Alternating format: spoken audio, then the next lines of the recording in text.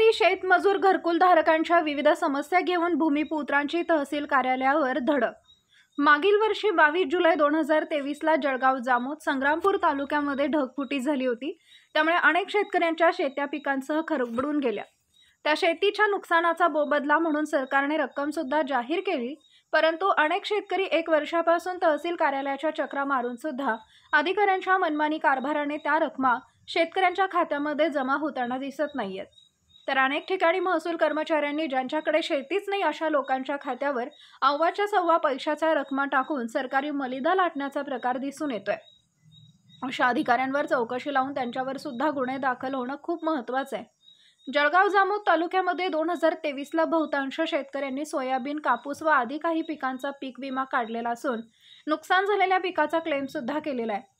अशा या परिस्थितीमध्ये पीक विमा कंपनीने अजूनही पीक विमा दिलेला नाही, तो पीक विमा तात्काळ शेतकऱ्यांच्या खात्यात जमा करण्यात यावा। गोरगरिबांना आपल्या हक्काचे घर मिळावे यासाठी सरकारने प्रधानमंत्री आवास योजना चालू केलेली आहे आणि त्या माध्यमातून तालुक्यामध्ये अनेक लोकांची घरं मंजूर करून पहिला हप्ता देऊन त्यांचे काम अपूर्ण केलेले आहेत। ते गोरगरीब लोकांच्या भावनेचा विचार करता उर्वरित सर्व हप्ते त्वरित त्यांच्या खात्यामध्ये वितरित करण्यात यावे। या मागण्यांसाठी युवा आंदोलक अक्षय पाटील यांनी तहसीलदार, तालुका कृषी अधिकारी, पीक विमा कंपनीचे तालुका प्रतिनिधी, पंचायत समिती इंगळे साहेब यांची भेट घेऊन विविध विषयांवर सविस्तर चर्चा केली। जर वरील मागण्यांकडे शासनाने लक्ष न दिल्यास आंदोलन सुद्धा केलं जाईल असा इशारा सुद्धा देण्यात आलाय।